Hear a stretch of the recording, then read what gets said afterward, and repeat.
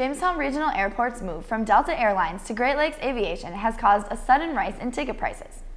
JRA manager Matt Leitner explained that airfare gets more expensive closest to the date of a flight, and when Delta customers are put on Great Lakes flights, going from a large plane to a much smaller one, it leaves only the most expensive fares to some destinations. The airport authority discussed using congressional intervention to apply more pressure to Great Lakes to get the fares down. Leitner said the JRA staff, along with the airport authority, will continue to work to get the issue resolved as soon as possible. An intended controlled fire turned into anything but a controlled fire. It set 20 to 30 acres ablaze yesterday afternoon, about 5 miles north of Jamestown. Seth Linstead said he called the police to ask if it was all right before he started his controlled burn. Jamestown and Stutsman County have been under a burn ban recently, and the conditions yesterday fell into medium on the Fire Danger Index.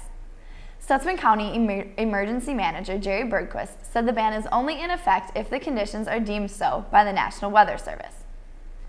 The fire department was on the scene for about 2 hours and 15 minutes. 18 firefighters responded to the call, and there were no injuries. 2 companies in northeastern North Dakota have plans to expand that would bring almost 100 jobs to the area. Grand Forks Herald reports that Britain Transport plans to build a $3 million facility, which would create 35 jobs, including drivers, administrators, among others. Grafton Steel fabricator Lean Technologies plans to buy equipment to increase its oil services, which would create 59 jobs. A North Dakota online classifieds website now has a section just for the oil field. FarMoreOnline.com and BizManOnline.com have recently added a classifieds tab simply titled Oil Field. Under it, users can find subsections for drilling equipment, jobs, trucks, housing, and other things specific to the oil field. The housing sections of the 2 websites have been flooded with ads regarding housing in most of the state. This new section should make finding housing in the oil field area easier. Given the immense growth in the entire state, the want ads for apartments currently outnumber the for rent ads. A healthy vacancy rate for cities is around 5%. Currently, Bismarck is at 1%. Dickinson is at 0.5%, and Minot and Williston both have a vacancy rate of 0. There wasn't much sunshine today, but Jessica Gulseth can tell us if it will be back for the weekend. Jessica? Thanks, Courtney. Well, we soaked up the sun yesterday, and we may have soaked up too much sun. It decided not to shine today. We kind of have these dark, eerie clouds hanging over right now, and that's because there's a 50% chance of showers tonight and even some areas of fog. Expect a low around 49-50 degrees. Tomorrow, showers mainly before 1 p.m., otherwise slightly cloudy with a high near 66, with dry skies and a low in the 40s for the night. Saturday will warm up and dry up with an expected high of 70 and almost no wind. Sunday, however, will cool off to temperatures in the mid-50s.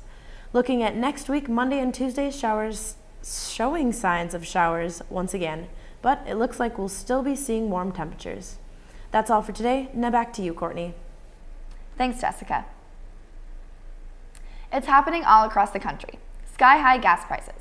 We're all irritated by it, and we don't know who to blame, but we do know we want someone to fix it. On the presidential campaign trail, Mitt Romney called on Obama last week to fire his Energy Secretary, Interior Secretary, and Environmental Protection Agency Administrator, calling them the gas hike trio. Fellow Republican Newt Gingrich promised to roll the price of gas back to $2.50 a gallon if he is elected. In truth, there is not a lot the president and Congress can do in the short term to push down gasoline prices. Among the things they can do is to reduce gasoline taxes or push to get more fuel-efficient cars on the road. For news and sports, we look to Matt Balshaw. Matt? On sports news today, the Timberwolves' poor form continued last night with a 100-116 loss to San Antonio Spurs. The Timberwolves have only won 2 games in the last 8 matches. J.J. Barrera was the pick of the bunch for the Timberwolves with 18 points and 11 assists. San Antonio's veteran Tim Duncan was the MVP with 21 points and 4 assists. On other news, if you were watching the NIT tournament last night, you got an exciting game as the Minnesota Golden Gophers advanced to the semi-finals, defeating Middle Tennessee 78-72. The Gophers are New York bound and await their next opponent. That's the sports wrap for today. Courtney, back to you. Thanks, Matt. That's all for the news tonight. Please join us again tomorrow as we once again connect the campus with the community. I'm Courtney Oliver. Good night, Jamestown.